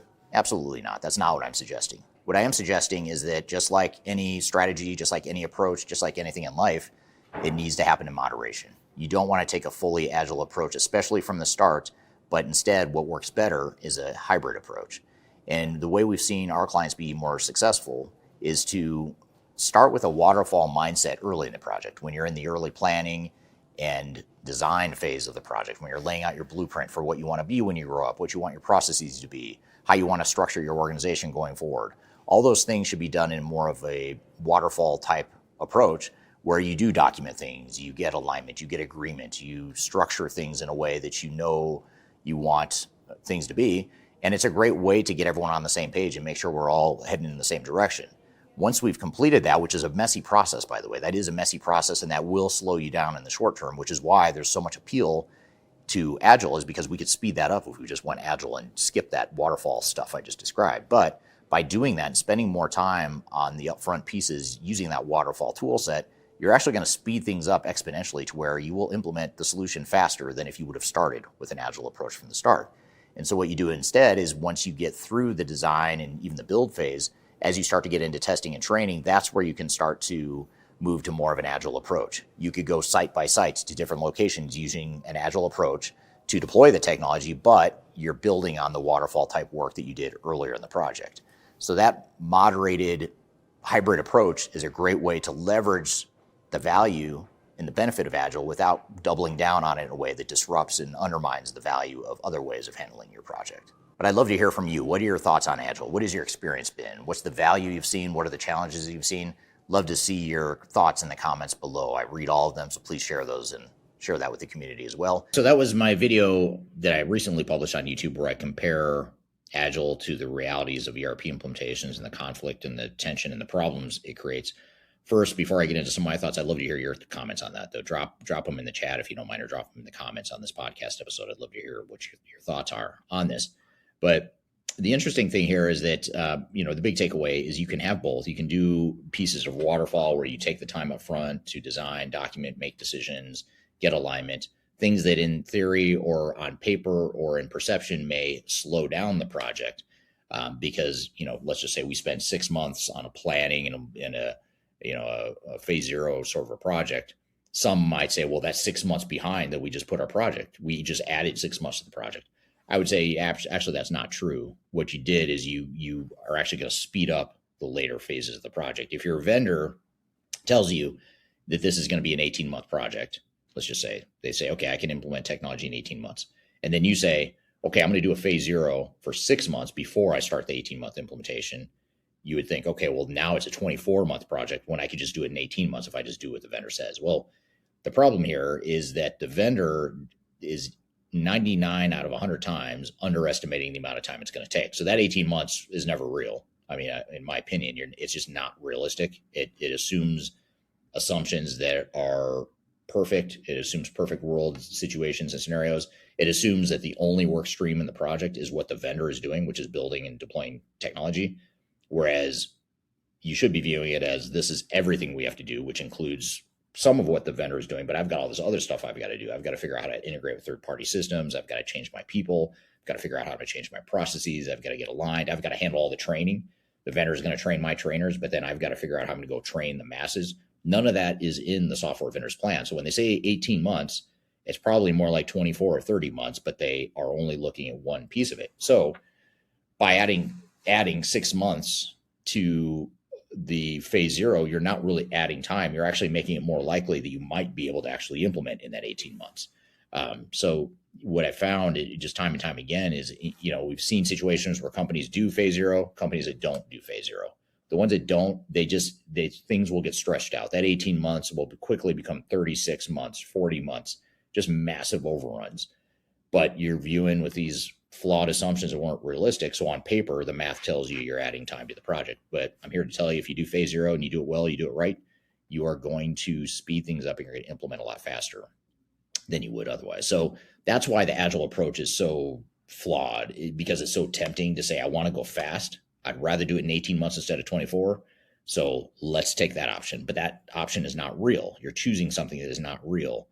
The vendor will tell you it is, but it's not. It just isn't. They themselves can probably do their scope within 18 months, but you are not going to be able to change that fast. You're not going to be able to do all the other stuff that needs to be done. And I'm not saying this is an indictment on you, the end customer, but what I am saying is that the reality of any decent sized organization is that there's complexity, there's politics, there's communication, there's humans involved, which humans just add a whole nother dimension of complexity.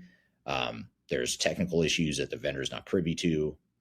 There's cultural aspects of your organization. They're going to dictate or determine how fast you can or can't move. None of those things are factored into a vendor proposal typically. So that's why phase 0 is so important. So doing a hybrid where you take the time up front to do the phase zero, then you can shift into more of an agile mentality, because now I've got the big picture laid out. I've got my business blueprint. I've got my change strategy. I've got all the phase zero type stuff. And if you'd like to learn more, go to our website. We've got a phase zero checklist that tells you all the things you should be thinking about doing in your phase zero. Just go to our resource center at thirdstage-consulting.com, and you can download that for free and use that as a guide to see, what are the things I need to do to make sure that I'm ready to start implementing. Because if you think of it this way, if you go straight into Agile and you have a software vendor and consultants that are ramping up their teams, they've got an army of consultants. You're paying full price for all the subscription costs for the software. The meter is running. I mean, the meter is running at a very high, expensive rate. So every delay, every hiccup gets compounded, because now you're not just adding time, you're adding significant budget or cost to the project. And that's where a lot of companies get into trouble, is because when an 18-month project becomes 24 or 30 months, you're not just talking about a missed timeline. You're talking about a run rate that assumed an 18-month project, but now you've extended it to 24 months, but you went at the same monthly run rate, which adds materially more cost. Whereas if you knew and planned for a 24 to 30-month project, you would have throttled back that run rate to, kind of smooth it out or even it out a little bit more and go to steadier pace. But problem is, software vendors and integrators and consultants want to throw as many bodies on the project as possible, as quickly as possible. So when you do get delayed, they actually benefit from it, which is the irony or the conflict of interest that's so inherent in these projects. So love to hear from you, though. What are your thoughts on Agile? Is it something we should be thinking more about, or finding the right balance? Have you seen Agile work well? Have you seen waterfall work better? Have you seen a hybrid approach work? I'd love to hear your feedback and incorporate some of that into a future episode. So be sure to drop that in the discussion in this podcast episode. So great stuff here today. Thanks for being here. If you'd like to learn more about Third Stage and some of the other webinars and thought leadership we have, be sure to check out our website, thirdstage-consulting.com. You can also reach out to me directly if you ever want to chit chat, brainstorm, bounce around ideas, use me as a sounding board. Feel free to reach out. I'd love to chat with you. So hope you all have a great day, and we'll look forward to seeing you on the next episode of Transformation Ground Control. Take care, and we'll see you soon.